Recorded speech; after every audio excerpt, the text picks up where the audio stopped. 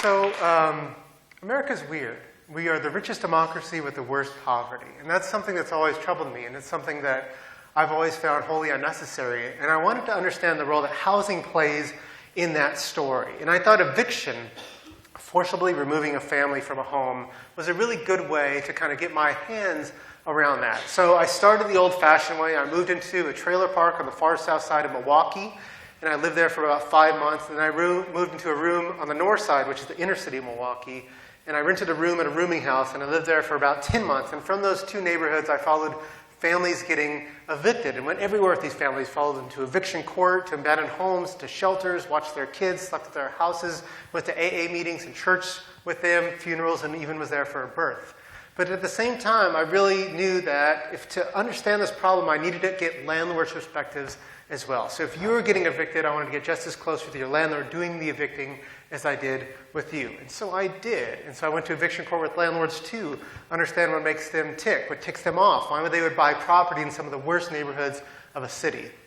And along the way, I collected statistical data to address questions that were beyond the reach of that kind of field work too. I surveyed over 1,000 renters in Milwaukee, analyzed hundreds of thousands of eviction records, millions of 911 calls, and kind of put that big data together into a conversation with the smaller data to try to tell a different story today about what's happening in our cities, especially for the most vulnerable folks in them. So Evicted is a book that starts on the ground and ends on the ground. It follows 8 families through the process of eviction. Some are white, some are black, some have kids, some don't. We follow Vanetta, who is a mom whose hours got cut at Old Country Buffet. She was so terrified about losing her kids and her home that she committed armed robbery to try to avoid eviction. This is someone that didn't have any criminal record. We meet Lorraine, who was a grandmother in the trailer park that I lived in, who had to decide, should I pay the rent or pay the heat in a trailer. I don't have time to tell you all these stories today, but I would like to take this opportunity to tell you one story, Arlene's story. So it had been a really difficult year ever since that snowball. Arlene had a 14-year-old son, Jory, and he was cutting up like 14-year-olds do, throwing snowballs at passing cars, and he packed a tight one and he smacked this car, and it jerked to a stop, and this man jumped out. And he ran after Jory and his cousin. Jory and his cousin ran inside and locked the door, and the man kicked the door in.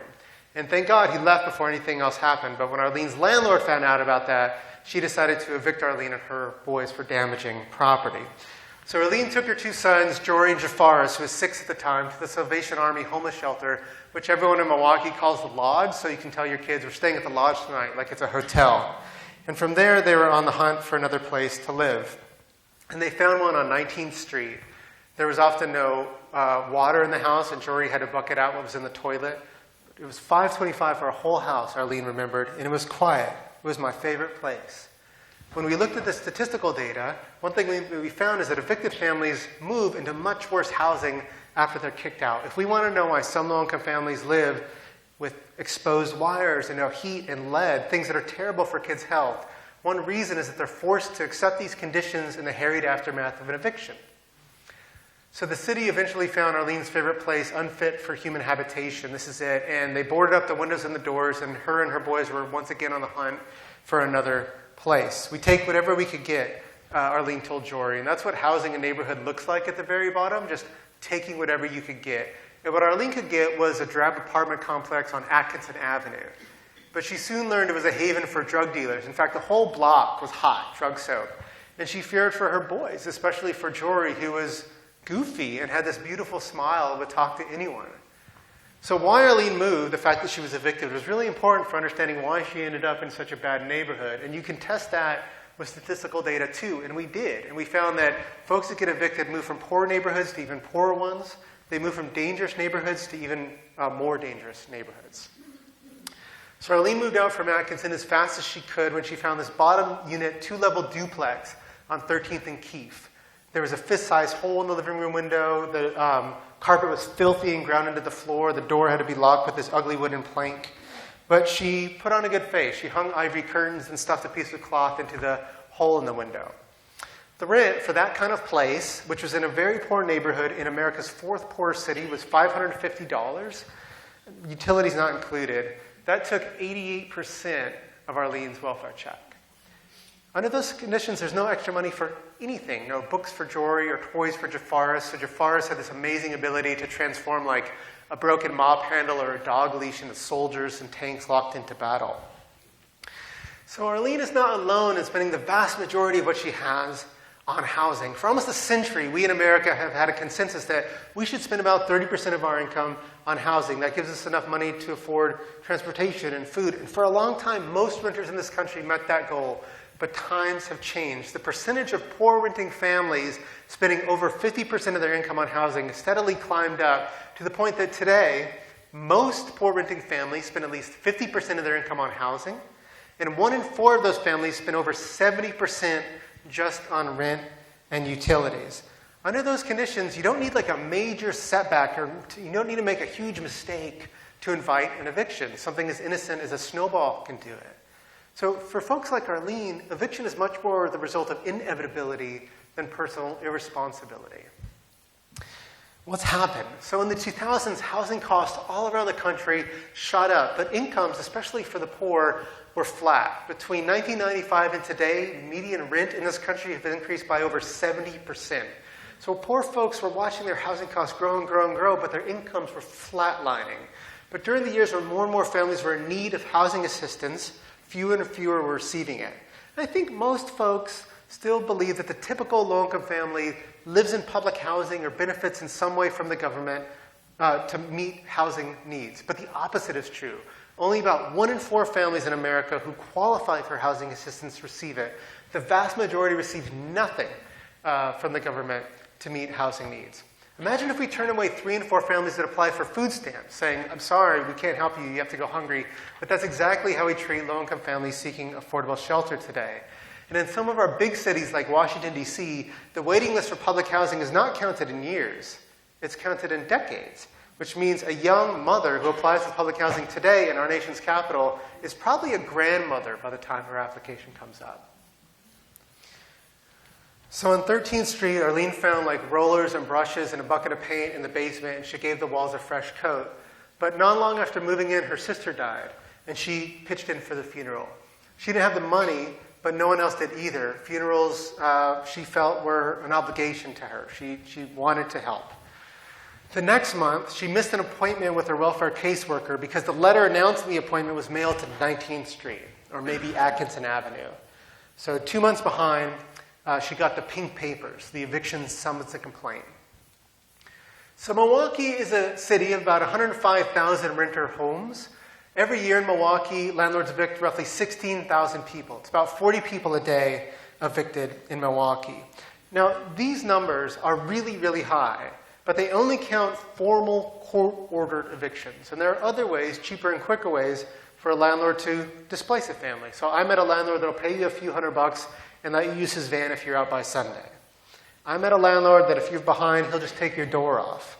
If you count all those informal evictions that never go through the court, and you add those to the formal evictions, you count landlord foreclosures and building condemnations, like what happened to Arlene's favorite place, you learn that every 2 years in Milwaukee, 1 in 8 renters is evicted. 1 in 8. Incredibly high amount of instability. We've crunched the numbers in other cities, Chicago and Cleveland and Kansas City. New York City sees 60 marshal evictions every single day. Nationwide data shows that renters in over 2.8 million homes think that they'll be evicted soon. Eviction affects the young and the old, the sick and the able-bodied, but the face of our eviction epidemic is moms with kids. And if any of you have ever spent time in an urban housing court, you just see a bunch of kids. Until recently, the housing court in the South Bronx had a daycare inside of it because there were so many kids coming through its doors. And poor black women like Arlene, and mothers in particular, are evicted at startlingly high rates. Among Milwaukee renters, 1 in 5 black women reports being evicted sometime in her life, compared to 1 in 15 white women. This is like the feminine equivalent to incarceration. Many of our young, poor African-American men are being locked up. Many of our poor African-American women are being locked out. But this is also a problem that's widespread. It's affecting expensive cities on the coast, the middle of the country, and in the South. It's in white communities and immigrant communities as well. 1 in 5 of all renters in America spends over 50% of their income on housing today. So Arlene went to court. In an eviction court, she got 2 extra days in her home for each of her 2 kids, and those days came and went, and she had to be out by a cold day in January. You guys know this. January is cold in the Midwest, and this January was really cold, and weathermen had been working themselves up, saying it could drop below 40 with the wind chill. But if Arlene waited any longer, the sheriffs would come, and they would have moved everything on the sidewalk. The mattresses, Jafar's asthma machine, the meat cuts, and the freezer. So in the cold, she left to a homeless shelter and was once again on the search for another place to live. So she called on or applied to 20 apartments, and then 40, and then 60, and then 80. I counted. She was accepted to none of them. And a big reason for that, besides her poverty, was her eviction record. In Milwaukee and in many other cities across the nation, thanks to open record laws, your eviction is free and published online for anyone to see, and many landlords reject anyone with a recent eviction on their name. That's the mechanism that explains why poor families are pushed into worse neighborhoods and into worse housing after their eviction. So finally, the 90th landlord said yes. He had a 1-bedroom apartment. It was $525. Arlene didn't care what it looked like. She didn't care about the neighborhood. A house is a house, she told Jory. So 2 months after their eviction court hearing, they moved in. And after kind of some of the stuff was like loaded into the apartment, Arlene just like sat on the floor. And she found this trash bag with towels in it, and she just leaned against it. And Jory came and sat next to his mom and put his head on her shoulder. And Jafar's came and put his little 6-year-old head on her lap. And they just stayed like that for a long time. So Arlene got her stuff out of storage. She hung pictures on the wall. She liked things neat. So over the sink, she wrote a little note to Jory that said, "If you don't clean up after yourself, we're going to have problems." So it's tough to be 14. And it's tough to be 14 and experience long stretches of homelessness. Between 7th and 8th grades, Jory went to 5 different schools. And one day at his new school, he started acting up. A teacher yelled at him, and he kicked her in the shin and ran home. And instead of calling the principal, the teacher called the police. And after officers paid Arlene a visit, her landlord told her she had to go. Kids. It's kids. They often prolong the time you're homeless after your eviction, and they sometimes are the reason for your eviction. So after that, Arlene kind of began to unravel. It's like I got a curse on me, she told me. It won't stop for nothing. Sometimes I find my body trembling, shaking. I'm tired, but I can't sleep. I'm fixing to have a nervous breakdown. My body's trying to shut down. I recently published a study that found that 2 years after their eviction, mothers still experience higher rates of depression. And we know that between 2005 and 2010, years where housing costs in many of our cities were climbing, suicides attributed to evictions and foreclosures doubled. Just my soul is messed up, Arlene told me. I wish my life were different. I wish that when I be an old lady, I can sit back and look at my kids and they be grown. And they, become something. And we'll all be together and be laughing. We'll be remembering stuff like this and be laughing at it.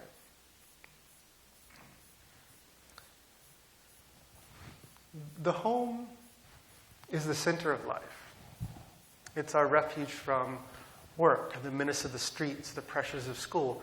In languages spoken all over the world, the word for home encompasses not just shelter, but warmth, security, family, the womb. But eviction, which used to be rare in this country, which used to draw crowds, can erase the home. And it's functioning not just as a condition of poverty, but a cause of it. It's making things worse, and it's leaving a deep and jagged scar on the next generation. We can't fix poverty in America if we don't fix housing. So how do we fix it?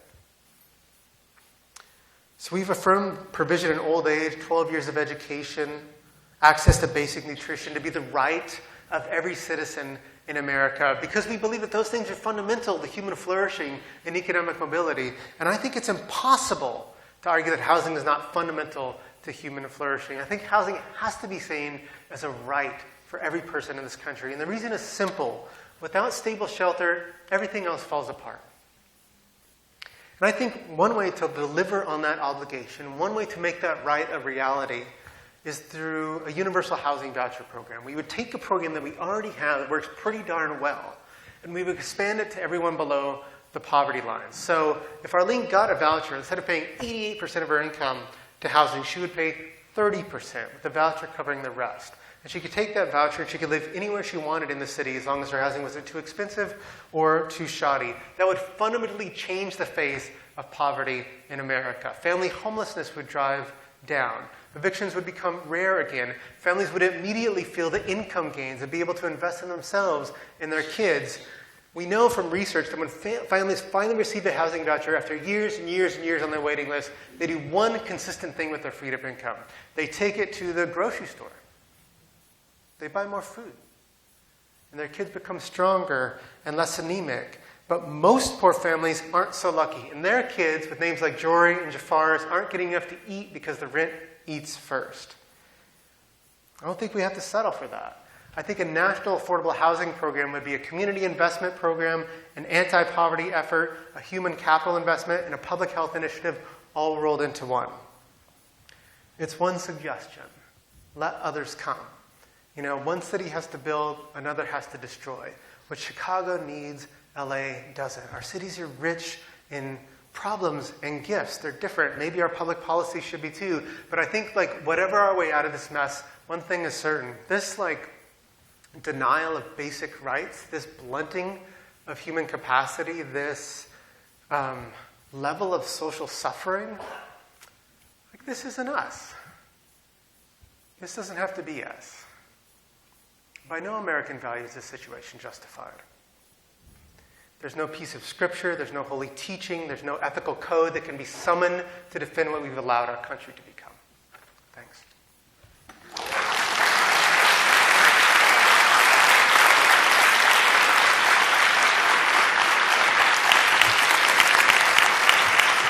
That was wonderful.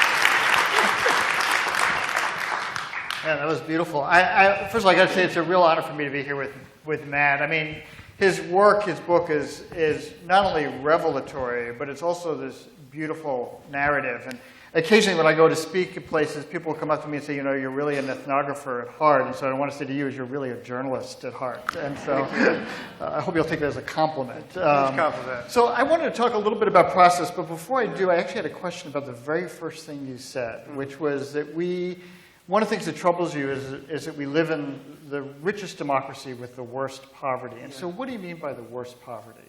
I think if you look at just child poverty rates, you kind of see America ranking really near the bottom in terms of other developed democracies. But I don't think it's just that. I think it's the texture of our poverty and the way that poverty manifests today. I don't know if you have this habit when you travel overseas, but you go to the worst neighborhoods overseas and you're like, this is great, you know, this is wonderful. And I was just in the worst neighborhood in Berlin a few days ago, and I couldn't tell, you know. And if you go to the worst neighborhood in Chicago, you can tell. Right. And in Milwaukee, you can tell. And so I think that there's something about the texture in that thing we call poverty, which is shorthand for this, like, cluster of disadvantages that is really American. Yeah, it's interesting. We always remember when Mother Teresa came here in the 1980s, and she spent time in public housing, and what she said is that what startled her was not the poverty of the pocketbook, which she had certainly seen worse, but what she called the poverty of the spirit, you know, the sort of unraveling of community. And I think the other thing that's probably particular to this country is, of course, the history of race. But I want to talk a little bit about process. So one of the things you write about in your afterword, and when you talk about sort of how you went about your work, you talk about, you know, being an outsider, and how, as an outsider, you worry that there are things you miss, and you also worry that you overanalyze. Can you explain what you... So that overanalyzing thing is an academic. I think that you kind of look at something, and there's something in your mind that switches on, it relates it to a certain literature or body theory. And that's really bad if you want to just try to see the world. And so I think that, you know, Susan Sontag has this great essay against interpretation where she talks about us going to the Art Institute and looking at a painting and saying, oh, that's neoclassicalism, instead of just being affected by the painting. And so I think that we as ethnographers or journalists have a lot to learn from that and trying to shut that part off. And that was a lot of work for me. And then being an outsider and missing stuff, who knows how much I missed. I'm sure I missed a lot. But I feel like just spending as much time as we can on the ground, we do the best we can. Yeah. And did you go in with a lot of suppositions? Did you? Yeah, I mean, you couldn't help it. Yeah, I couldn't help it. But then I was proven wrong a lot. You know, one of the things that I didn't understand was like, why would you buy property in some of the worst neighborhoods of a city? And then when I left the book, I was like, oh, why wouldn't you? You know, because there's real profits to be made. I had no idea about that. And I had no idea that eviction would be so common. I thought it would just be a good, like, narrative device or angle into the problem. I had no idea it would be this incredibly prevalent and consequential event. Yeah. And let me just ask personally, I mean, for me, one of the things, you wrestle with when you spend so much time with people, especially people who are in incredibly vulnerable positions, is one, you get to care about them deeply. Yeah. And then I find sometimes my loyalty divided between wanting to please them and then also wanting to be absolutely honest with my readers. Yeah. And you must have faced that as well. Yeah. Joan Didion has this line, writers are always selling someone out. And I feel like you feel that way a lot. And there's kind of I don't know, is it a survivor skill? I don't know, something that you can leave these scenarios and write about them. I was really heartened by the way that folks in the book took the book when I went back and read it to them. And I remember I was with Crystal, who's a person in the book who had a really hard life, and we meet her right after foster care, and she gets evicted, and she's experienced abuse from a young age, as you know, and we see her, it turns in the book, be brilliant and generous, but also be kind of violent at times. And she ends the book in a really bad place. She kind of descends into street prostitution. And so I read her the book, because this is just how she would. She enjoyed me reading it to her, And I was at this Mexican food restaurant with her called Cielito Lindo on the south side of Milwaukee, and just like reading it to her, and her story ends with that fact. And so I read it and I looked up at her, and she just said, yeah, I knew there'd be some personal stuff in there, but that's how it was. And I feel like that blessing is meant a lot to me. And did you read it to them before publication? Or did Oh, you yeah. So, or sent it to them and asked them what they thought, And, there are only 2 instances where folks asked me to change things, and they both had to do with childhood trauma. Mm-hmm.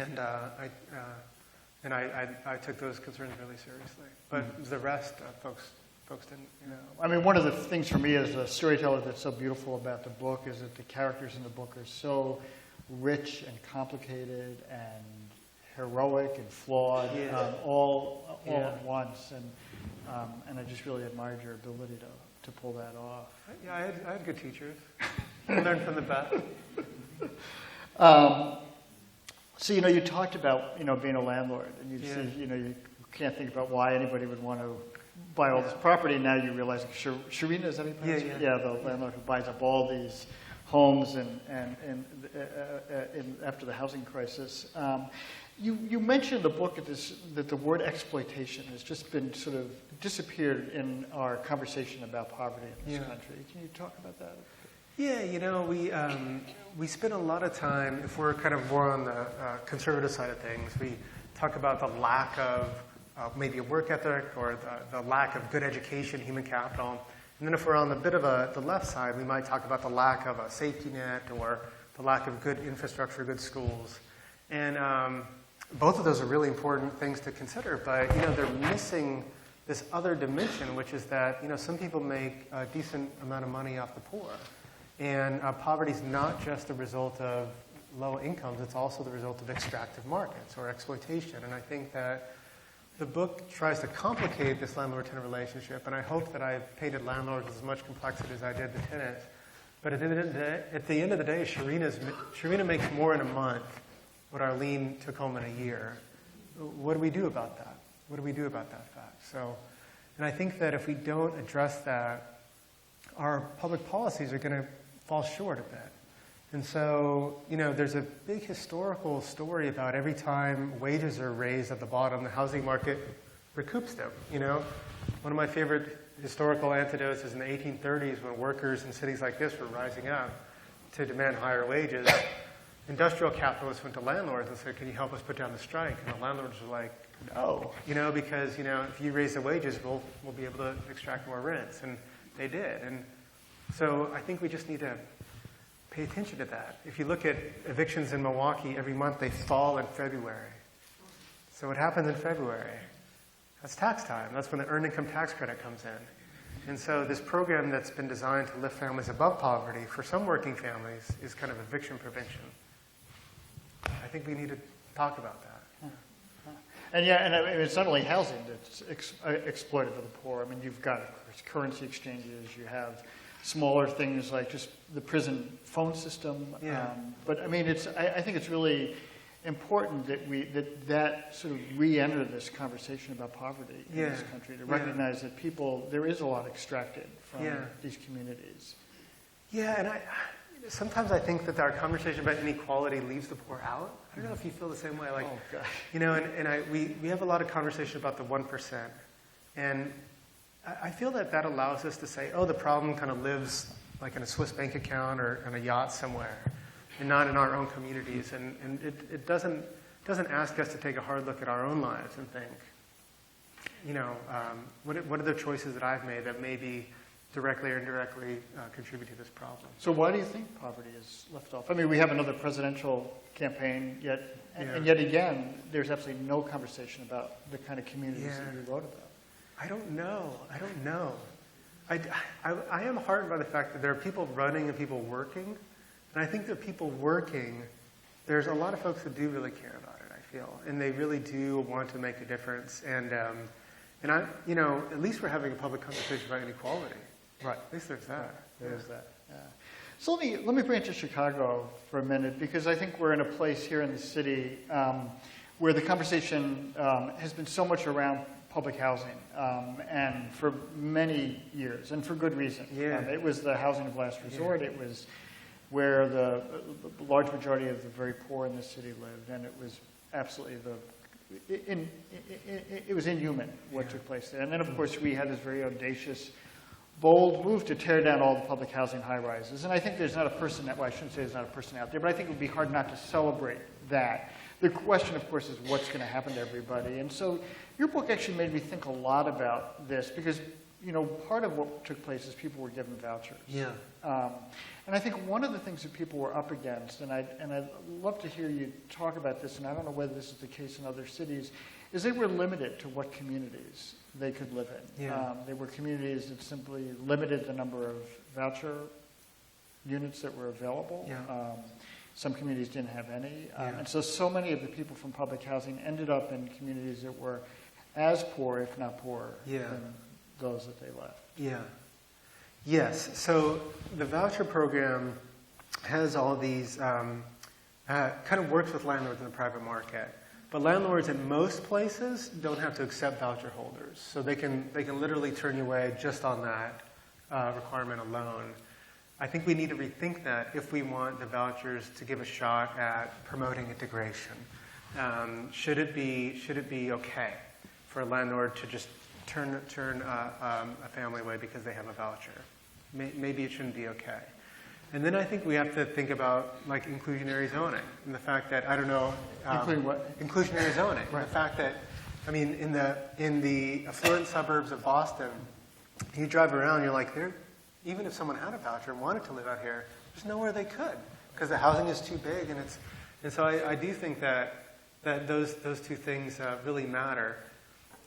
We do know that voucher folks today still live in more integrated and more affluent neighborhoods than folks that are in public housing. So it has seen returns on that, just not as much as we thought it would because of these requirements. Right. So then why are landlords doing that? Why are landlords turning folks away? And one reason is because they don't want to deal with a housing inspector. And no, they've got a point. And so maybe we can think about that, because some parts of the housing code, I mean, this is getting into the weeds, but sometimes in the weeds is where we got to get. Some parts of the housing code are really important for kids' health and human dignity, and some just aren't. And so maybe we can put that on the table too. And the other thing that's noticeable about Chicago, and I suspect Milwaukee too now, given post-2008, is a large number of simply abandoned properties. Yeah.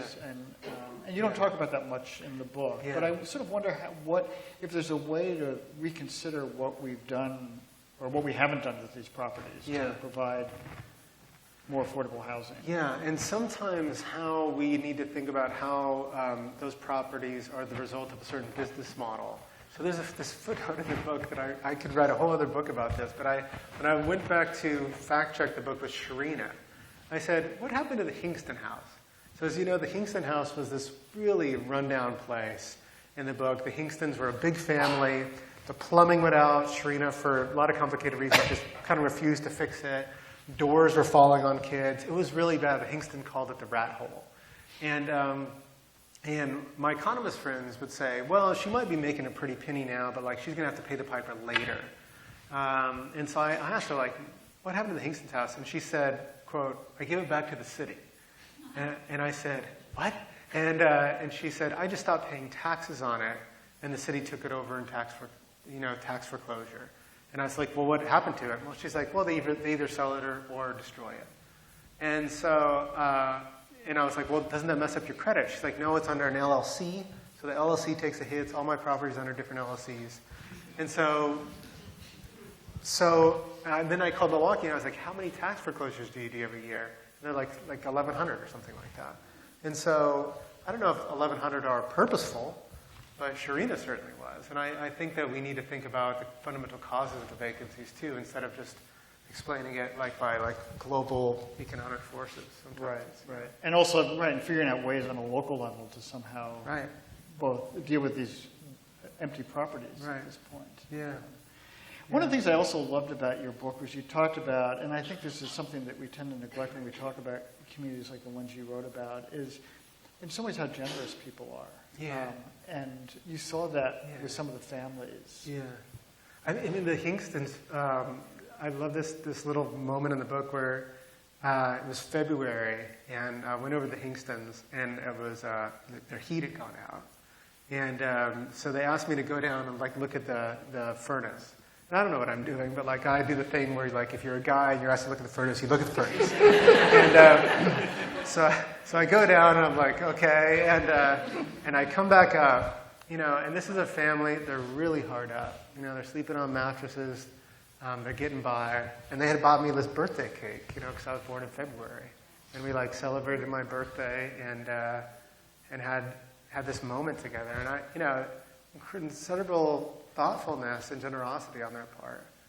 And then I have to tell this one other story about that because I just love it so much. So then it was Crystal and Vanetta, and they were at this McDonald's eating lunch.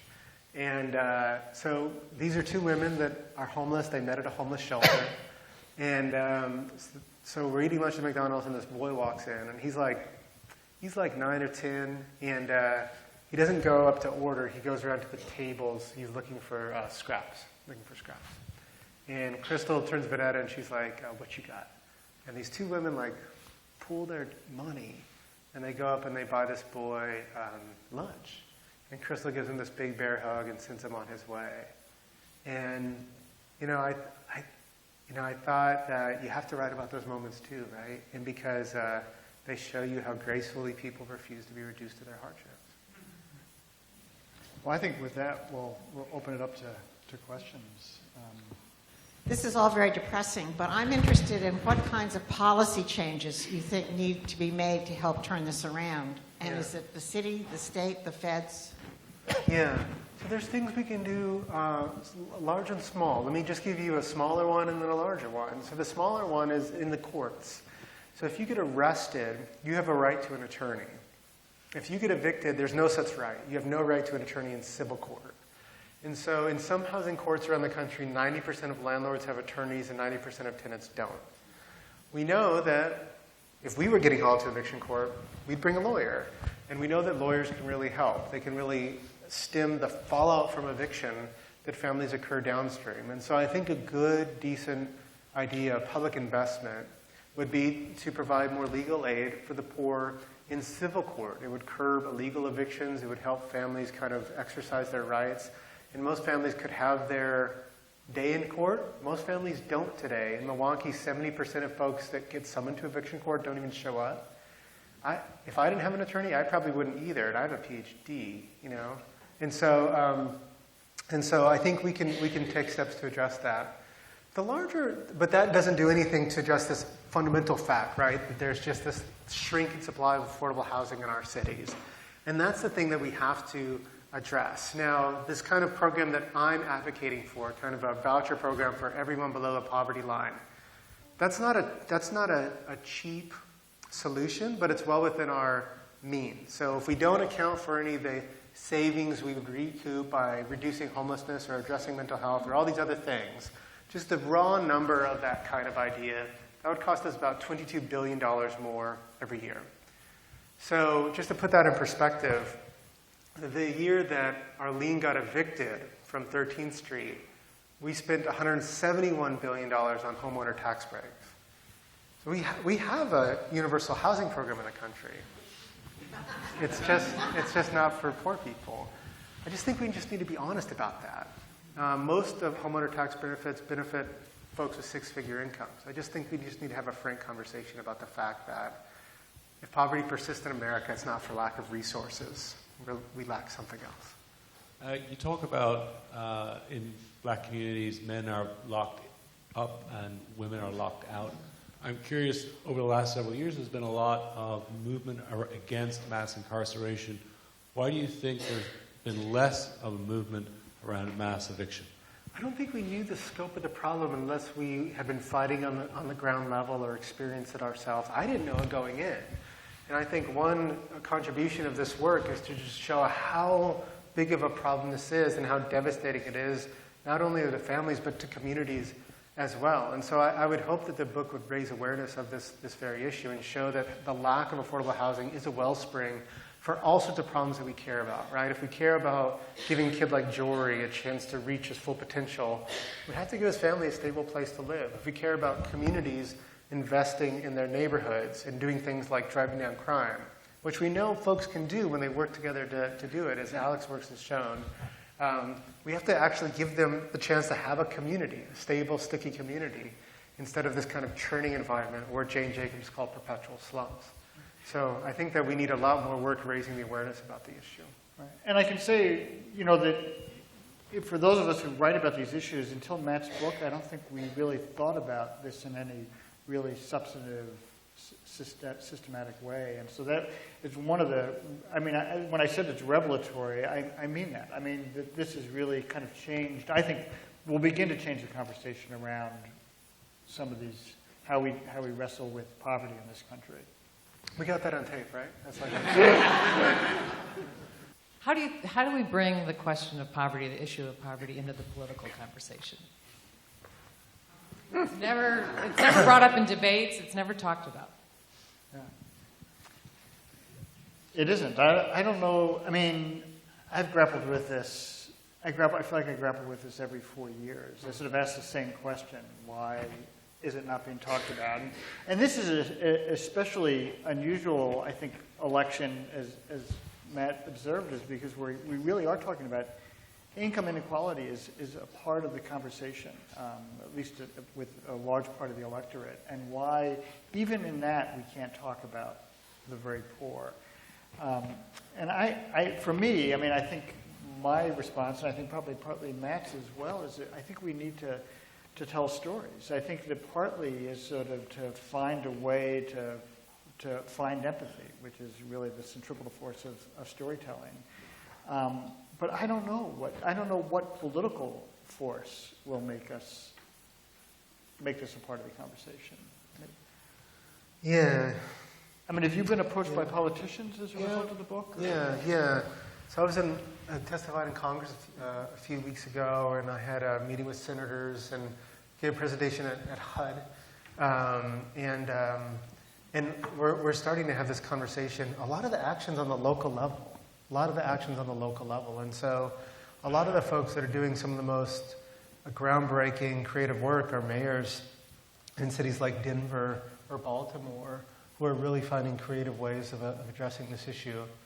I will tell you a happy story about this, about how we've got stuff done. So one of the things that the book addresses is these things called nuisance ordinances. Don't go to sleep. It's really interesting. So it's basically these new laws that are everywhere in this country that hold landlords accountable for their tenants' behavior, and that behavior is based on excessive 911 calls.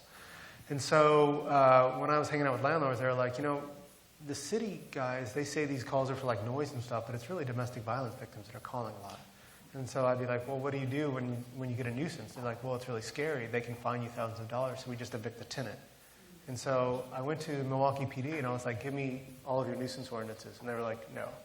And then I was like, I got a lawyer and asked the same question. They're like, fine. And so then we crunched the numbers and we found that the landlords were right. About every 4 days, a landlord in Milwaukee got a citation for domestic violence, and in over 80% of the cases, they evicted the tenant.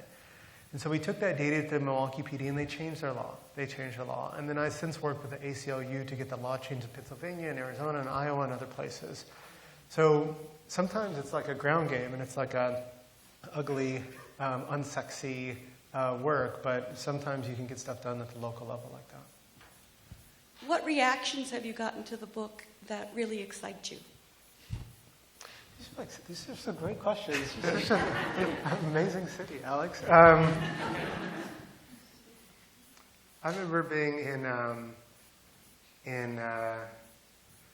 there's such a rich question.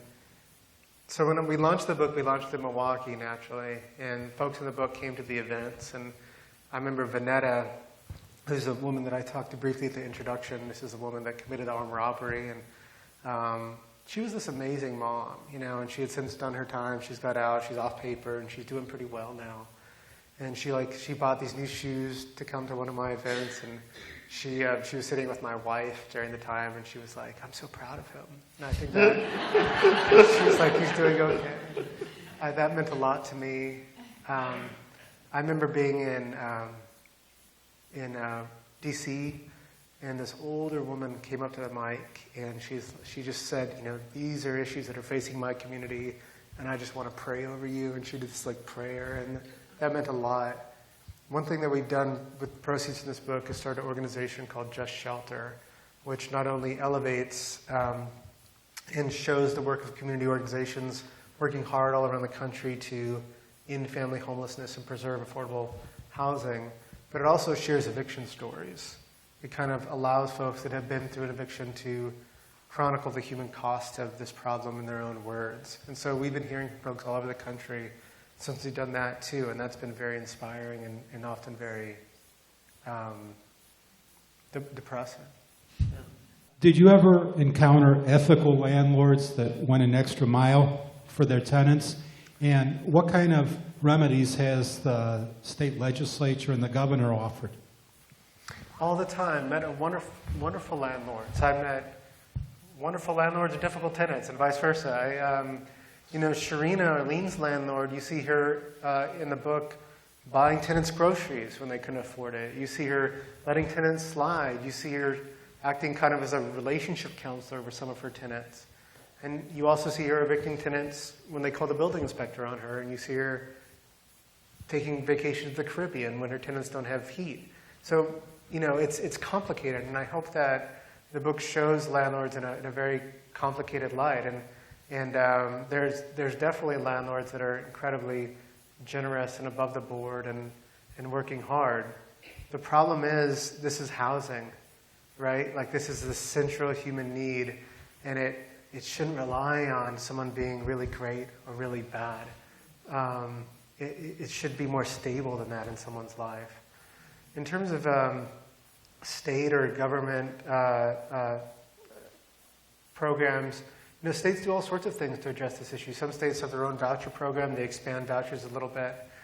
Some cities, like New York City, is very close to having a right to counsel in the city, which would be the first in the nation. Baltimore handles its vacant properties in a really amazing way. I feel that they kind of have a very quick way of getting them back on market and selling them to nonprofit developers to try to beautify their inner city. So there's a lot of different things going on. I think the bigger question is do we as a nation believe that housing should be part of what it means to be an American? And I think that's the question. I hope that we can start having as a civilization. So, Mick, I ask as a follow-up to that. How are we doing in Chicago? You guys have an eviction rate that's about Milwaukee's, so you guys aren't doing that great. I hesitate to answer a Chicago question in a room of Chicagoans. You should feel absolutely free to do that. No, I think it actually is helpful to have an outsider come in and sort of and take stock. I mean, you may not know. I mean, I don't know. Yeah. I don't know. I don't know. I do know your eviction rate is not. It's not great. It's high. Yeah. And also, your evictions aren't in Wicker Park either. And I think it's important because a lot of times when we talk about these issues, we talk about it in terms of gentrification. And we say this neighborhood is changing over, but if we care about displacement, most of those take place in non-gentrifying, poor neighborhoods. That's where the evictions take place in our cities. I have a question, Mr. Desmond. Yes, ma'am.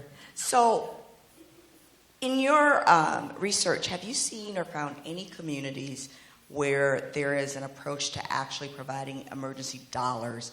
I'm not going to say vouchers, whether that's NPOs or faith-based communities or local governments, right? One thing we know, and you certainly have shown it with evictions, is that these tend to be working-class people who are a few $100s short.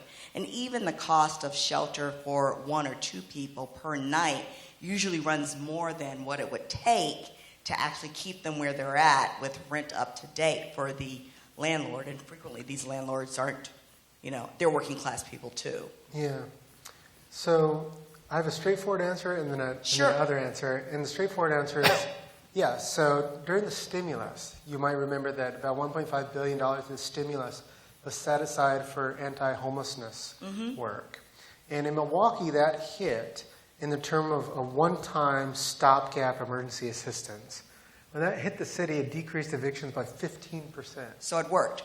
That's nothing to shake a stick at. Yeah, I think 15% is a real thing. So I do think for certain families that experience a sudden and drastic and short-term loss of income, that can really make a difference. Will that make a difference in a family like Arlene's family? And probably not. Probably not. And I think that there's another thing that, it's tough to talk about in terms of poverty in a larger public way, which is like, you know what? Not everyone in this country can work. Right. And some folks have disabilities. And, you go to a city like Cleveland or Milwaukee, maybe even Chicago, there's not a lot of jobs for folks that don't have master's degrees. So what do we do about that? We've built up this employment-based safety net. We've invested in the working poor.